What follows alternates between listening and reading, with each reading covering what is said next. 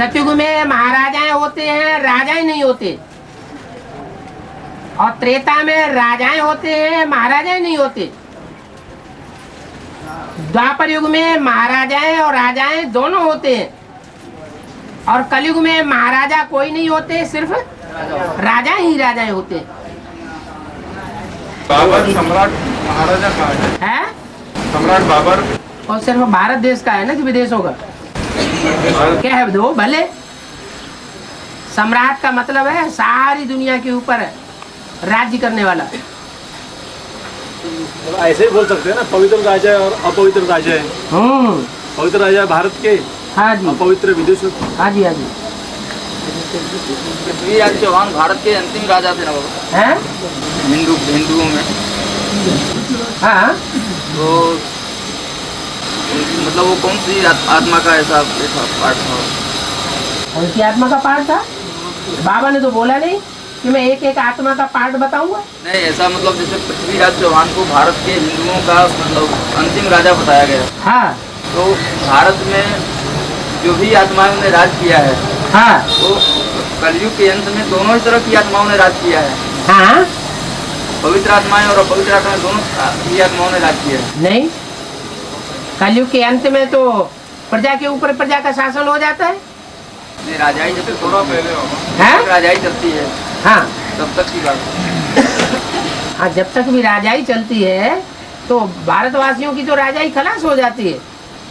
हाँ, तो वो कलयुग में तो विदेशी आकर के शासन करते हैं। रामे भी तो भारत में ही रहते हैं बहुत। उनका हाँ। बीज भारत में है तो फिर भारतीय हो गए ना वो। ऐसे थोड़े ही भारतीय हो जाते हैं। कन्वर्टेड भारतीय हैं कि नॉन कन्वर्टेड है? अभी बहुत सारे हिंदुओं को कौन सा मुस्लिम राजा था, उसने जो है मार के सबको मुसलमान बना दिया। अच्छा, तो जो अभी कन्वर्ट हो गए वो तो सारे हिंदू से ही मुसलमान बने हैं ना, कन्वर्टेड। हाँ, तो कन्वर्टेड हुए ना, उनकी जाति बदल गई ना। उनको हिंदू कहेंगे मुसलमान कहेंगे? जो पक्का हिंदू होगा वो कभी कन्वर्ट नहीं होगा। तुम हो देवी देवता सनातन धर्म के पक्के। लेने वाले। हाँ जी, जो पक्का अपने धर्म का होगा वो और धर्म में कन्वर्ट होकर के जा न सके। मुरली में बोला है। हिस्ट्री में भी मिसाल है। 9 लाख वाली आत्मा सब आ जाएगी। हैं? 9 लाख वाली आत्मा सारी आ जाएगी। किसमें? पक्की वाली। हाँ, पक्के देवी देवता में।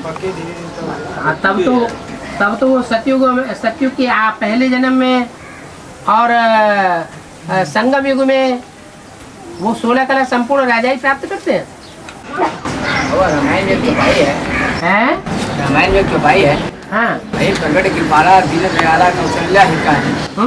ये तो भाई संगम युग में किस समय की वर्णन है? हैं? संगम युग में किस समय की वर्णन है? संगम युग की जैसा प्रत्यक्षता होती है दोपहर में। क्षेत्र में ये लागू करती है ना, हे प्रगट कृपाला दीन दयाला कौशल्या हिका। तो सिखों में कहते हैं दोपहर के 12 बजे उनकी अकल ठिकाने आती है, तब तक उनकी बुद्धि में नहीं बैठता। तो ज्ञान सूर्य की प्रत्यक्षता अमृत वेला होती है या दोपहर के 2 बजे? हैं? दोपहर के 2 बजे। विदेशी लोग तो 12 बजे मानते हैं।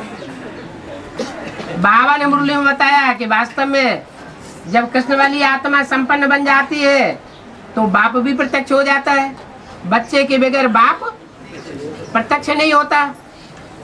और जो दूसरे धर्म की आत्माएं हैं उनमें सबसे लास्ट का धर्म है जहाँ राजाई चली है। कौन सा?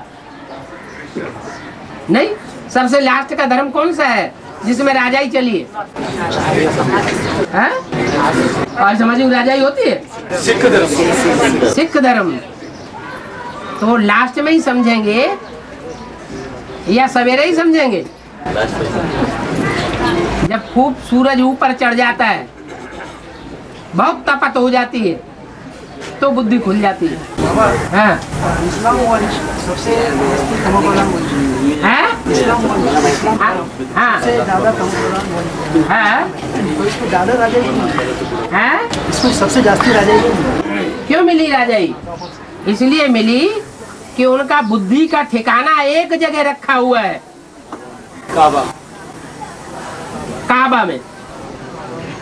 दुनिया के किसी भी देश में मुसलमान रहने वाला होगा, उनके जीवन का लक्ष्य ये होगा कि हम अपनी जिंदगी में एक बार काबा के दर्शन जरूर करेंगे। सारा जीवन उनका बुद्धियोग एक जगह रखा रहता है।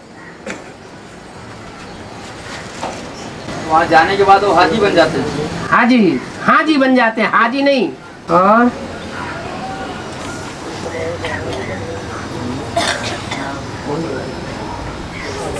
अब तो टाइम तो बहुत हो गया।